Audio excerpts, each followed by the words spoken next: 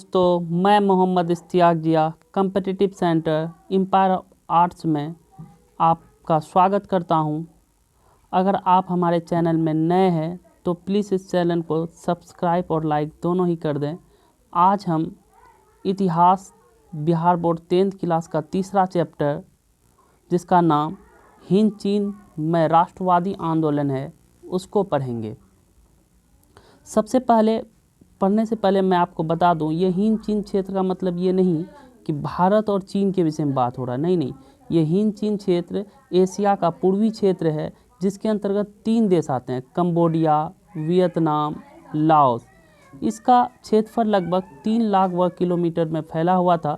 जब इसका subjective class होगा, लेक्चर क्लास होगा, तब मैं बताऊंगा कि कैसे इसमें फ्रांस ने शासन किया, कैसे इसमें अमेरिका ने शासन किया, किस तरह से ये लोग परेशान थे, फौन चाहू क्या था, इन सभी विषयों में बात करेंगे हम लोग। लेकिन आज समय है ऑब्जेक्टिव को देखने का, जो बिहार बोर्ड के पैटर्न के अकॉर्डिंग ऑब्जेक्टिव को तैयार किया गया है।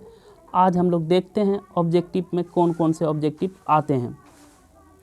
तो पहला क्वेश्चन है, आप देख रहे होंगे हिंद चीन क्षेत्र का तीसरा चैप्टर इतिहास का पहला क्वेश्चन है, हिंद चीन क्षेत्र के अंतर्गत कौन कौन से देश आते हैं। वैसे देश का नाम बताना है जो हिंद चीन क्षेत्र के अंतर्गत आते हैं। ए नंबर ऑप्शन है आपका भारत, चीन, Bharat, Nepal. B number option है Bharat, Pak, Japan. C number option है आपका कंबोडिया, वियतनाम, लाओस। और डी नंबर ऑप्शन है इराक, ईरान, कुवैत। तो इसका सही आंसर हो जाएगा, आप लोगों भी जवाब दे सकते हैं हमको, तो इसका सही आंसर हो जाएगा गौ नंबर। मतलब कंबोडिया, वियतनाम, लाओस, ये तीनों देश हिंद चीन क्षेत्र के अंतर्गत आते थे, जिसका क्षेत्रफल लगभग 3 लाख वर्ग किलोमीटर तक फैला हुआ था। दूसरा क्वेश्चन है मेरे भाई, दूसरा क्वेश्चन हम लोग पढ़ते हैं। दूसरा क्वेश्चन के अंगोरा वाट का मंदिर कहाँ स्थित है। बहुत इंपॉर्टेंट क्वेश्चन है, VVI कर दीजिए इस क्वेश्चन में। लगातार मैं जब से पढ़ा रहा हूँ लगभग ये क्वेश्चन पूछा जाता है। अगर आप अच्छे से पढ़ते हैं, दिमाग को प्रेजेंट करके पढ़ते हैं, तो इंशाअल्लाह बेहतर मार्क्स आएगा। मार्क्स की मैं गारंटी लेता हूँ। आप अगर जितने भी ऑब्जेक्टिव मैं बता रहा हूँ उसको सही तरीके से पढ़ लीजिए, तो और कहीं पढ़ने की आवश्यकता नहीं है। तो क्वेश्चन है कि अंगोरा वाट का मंदिर कहाँ है। ऑप्शन ए वियतनाम में है, ऑप्शन बी कंबोडिया में है, ऑप्शन सी भारत में है, ऑप्शन डी पाक यानी पाकिस्तान में है।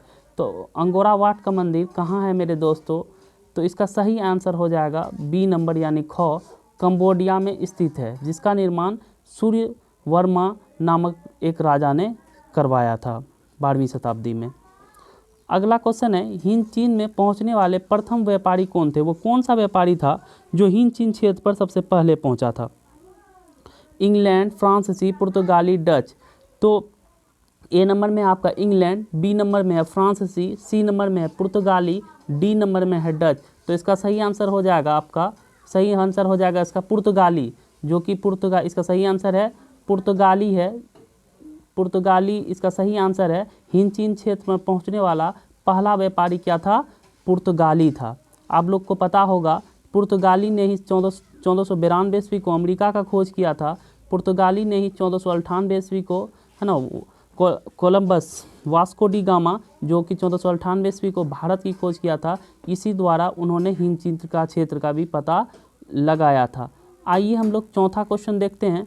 चौथा क्वेश्चन में क्या है मेरे दोस्तों, अगर किसी को इस तरह का PDF चाहिए, नोट्स चाहिए, तो आप मेरे चैनल पे अगर नए हैं तो चैनल को सब्सक्राइब कर दीजिए। अगर आपको नोट्स चाहिए और फ्री में मैं क्लास दे रहा हूँ यूट्यूब पे, अगर आप अच्छे से करते हैं तो आपका अच्छा नंबर आएगा। अगर आपको नोट्स चाहिए तो 8709889091 पर फ़ोनपे या गूगल पे के माध्यम से आप पैसा मात्र 300 रुपये में, कितने रुपये में, मात्र 300 रुपये में आप अच्छे नोट्स को प्राप्त कर सकते हैं और फ्री में क्लास ले सकते हैं। मात्र 300 रुपीज़ में सोशल साइंस के चारों paper, history, geography, political, economics का नोट्स मिल जाएगा। और इसी तरह से मैं प्रत्येक दिन आपका लाइव क्लास लूँगा और मात्र 300 रुपया फ़ोनपे के माध्यम से दे के आप इसको खरीद सकते हैं। अगला क्वेश्चन है आपका चौथा नंबर क्वेश्चन है, हिंद चीन में बसने वाले फ्रांसीसी को कहा जाता है, क्या कहा जाता है। हिंद चीन में बसने वाले फ्रांसीसी को क्या कहते हैं। ए नंबर ऑप्शन है फ्रांसीसी, बी नंबर ऑप्शन है भारतीय, क्या कहा जा, C number colon, D number इनमें से नॉन ऑफ दिस। क्या इसका सही आंसर हो जाएगा दोस्तों? तो आइए बिना देरी किए मैं आपको बताता हूँ। इसका सही आंसर हो जाएगा गौ, यानी हिंद चीन में बसने वाले फ्रांसीसी को कोलोन कहा जाता था। क्या कहा जाता था? कोलोन कहा जाता था। हिंद चीन में बसने वाले फ्रांसीसी को कोलोन कहा जाता था। अगला क्वेश्चन है नरोत्तम सिंहानू। 5वां नंबर क्वेश्चन देखते हैं। नरोत्तम सिंहानू कहाँ का शासक था? ऑप्शन ए वियतनाम का, ऑप्शन बी लाओस का, ऑप्शन डी थाईलैंड का, ऑप्शन डी कंबोडिया का। तो नरोत्तम सिंहानू जो शासक था, कहाँ का शासक था? वियतनाम का शासक था। कहाँ का शासक था मेरे दोस्तों? नरोत्तम सिंहानू वियतनाम का शासक था। नरोत्तम सिंहानू कहाँ का शासक था?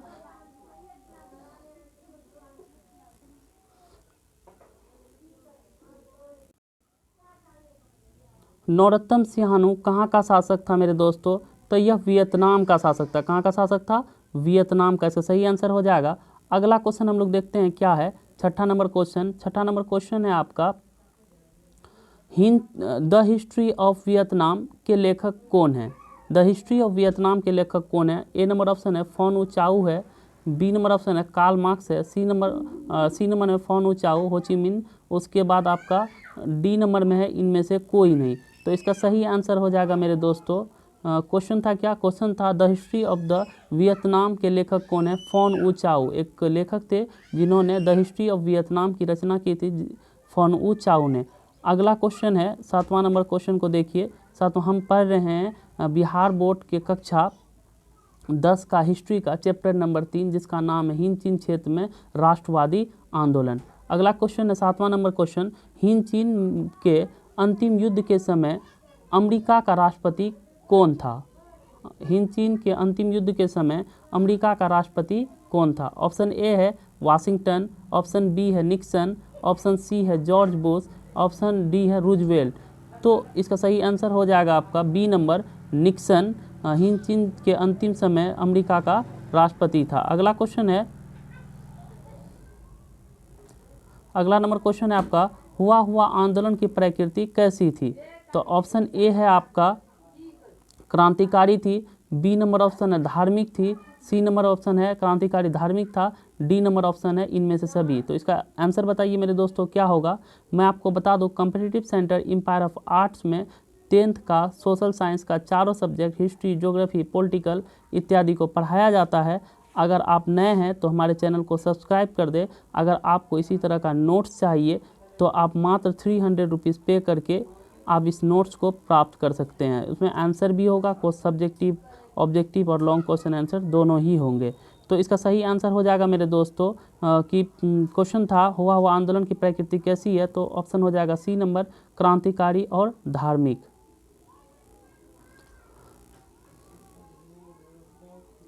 अगला क्वेश्चन है 9वां नंबर क्वेश्चन मेरे दोस्तों। एक बार देखें आप 9वां नंबर क्वेश्चन क्या है। मार्च 1946 ईस्वी को फ्रांस और वियतनाम में होने वाली समझौता को किस समझौता के नाम से जानते हैं? 1946 में दोनों के बीच समझौता जेनेवा समझौता हुआ था, हनोई समझौता, पेरिस समझौता हुआ था, या इनमें से सभी समझौता हुआ था? सभी तो होगा ही नहीं। तो इसका सही आंसर हो जाएगा हनोई। मार्च 1946 ईस्वी को वियतनाम और फ्रांस और वियतनाम में होने वाले समझौते को हम लोग हनोई समझौता के नाम से जानते हैं। याद रखिएगा इसको, बहुत इंपॉर्टेंट क्वेश्चन है। उसके बाद अगला क्वेश्चन है कि हो ची मिन्ह का दूसरा नाम क्या है? हो ची मिन्ह एक आदमी का नाम था, याद रखिएगा, कोई मान नहीं। हो ची मिन्ह का दूसरा नाम क्या था? ए नंबर ऑप्शन न्यूगन आई क्योक, कार्ल मार्क्स, लेनिन, लुई कला। तो इसका सही आंसर हो जाएगा ए नंबर न्यूगन आई क्योक। इसका सही आंसर हो जाएगा हो ची मिन्ह का दूसरा नाम न्यूगन आई क्योक था। अगला नंबर क्वेश्चन देखिए मेरे दोस्तों। 11वां नंबर क्वेश्चन क्या है? दीन विएक फू के युद्ध में किसकी बुरी तरह से हार हुई थी? भारत की हार हुई थी, भारत तो था ही नहीं उसमें।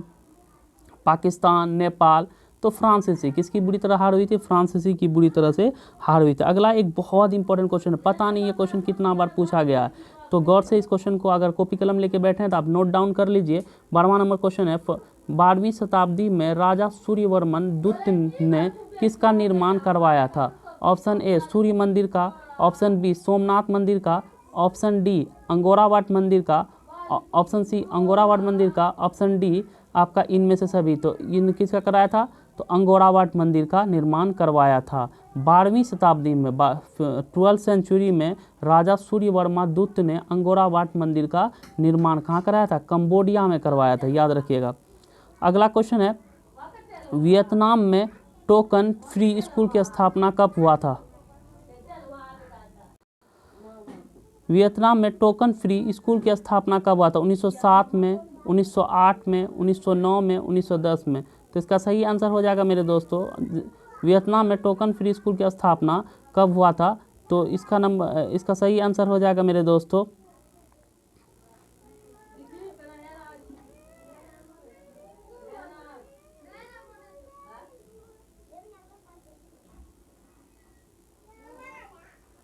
तो वियतनाम में टोकन फ्री स्कूल की स्थापना कब हुआ था, 1907, 1908, 1909, 1910। तो इसका सही आंसर क्या है, ए नंबर में 1907, बी नंबर 1908, 1909, 1910। सही आंसर है मेरे दोस्तों क नंबर। वियतनाम में टोकन फ्री स्कूल की स्थापना 1907 ईस्वी में हुआ था।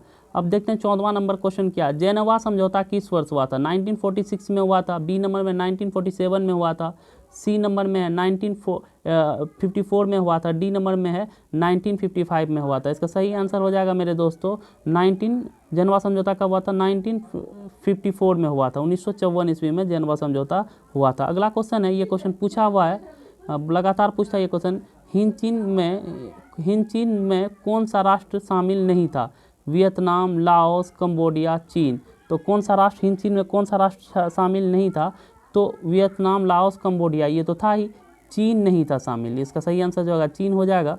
और अगर भारत होता तो भारत भी शामिल नहीं था, उसमें आ जाता। अगला क्वेश्चन है मेरे दोस्तों, वियतनाम में कम्युनिस्ट पार्टी की संस्थापक कौन थे, कार्ल मार्क्स, हो ची मिन्ह, न्यू गुनी या इनमें से सभी। तो इसका हो जाएगा, वियतनाम में कम्युनिस्ट पार्टी की स्थापना किसने किया था, हो ची मिन्ह सर ने किया था। हो ची मिन्ह सर ने वियतनाम में कम्युनिस्ट पार्टी की स्थापना किया था।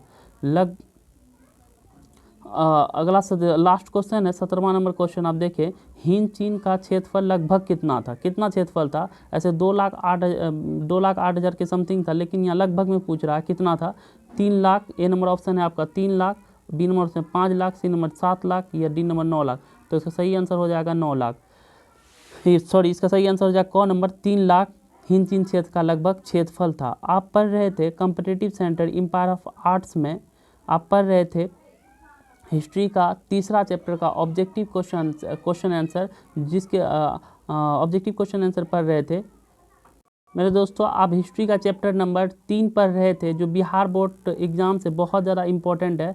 मेरे coaching competitive centre empire of arts में आपका स्वागत। अगर किसी बच्चे को नोट्स चाहिए तो आप नोट्स को मात्र 300 रुपीज़ पे करके, मात्र 300 रुपया, जो कि बहुत बड़ा रकम नहीं है, 300 रुपया पे करके आप नोट्स को प्राप्त कर सकते हैं।